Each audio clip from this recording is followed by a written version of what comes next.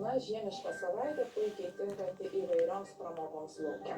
Sniego danga pildysis menkai, bet ir nemažės. Laikysis neigiama temperatūra.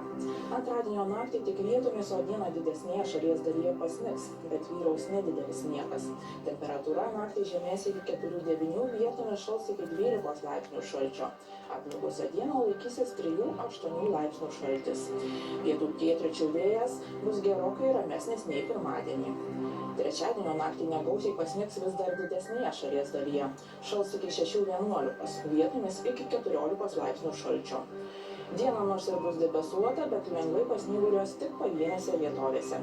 Temperatūra sieks 4-9, prie jūros 1-3 laipsnių šalčio. Ketvirtadienio naktį nesnigs, bet bus šiek tiek šalčiau. 7-12, kai kur iki 15 laipsnių šalčio. Dieną saulė pro debesis nepasirodys, kai kur truputį pasnigs. Išsilaikys 5-10 laipsnių šaltis. Vėjas bus pietų pietryčių vidutinio stiprumo. Simboliškai vietomis pasnyguriuos ir penktadienį. Pragiedrulių bus nedaug. Naktį termometrai rodys 9-14, o kai kur numatoma net iki 17 laipsnių šalčio. Diena irgi šaltoka, bus 6-11 laipsnių šalčio. Savaitgalį sniego debesys apims didesnę šalies dalį, o šaltis nesitrauks.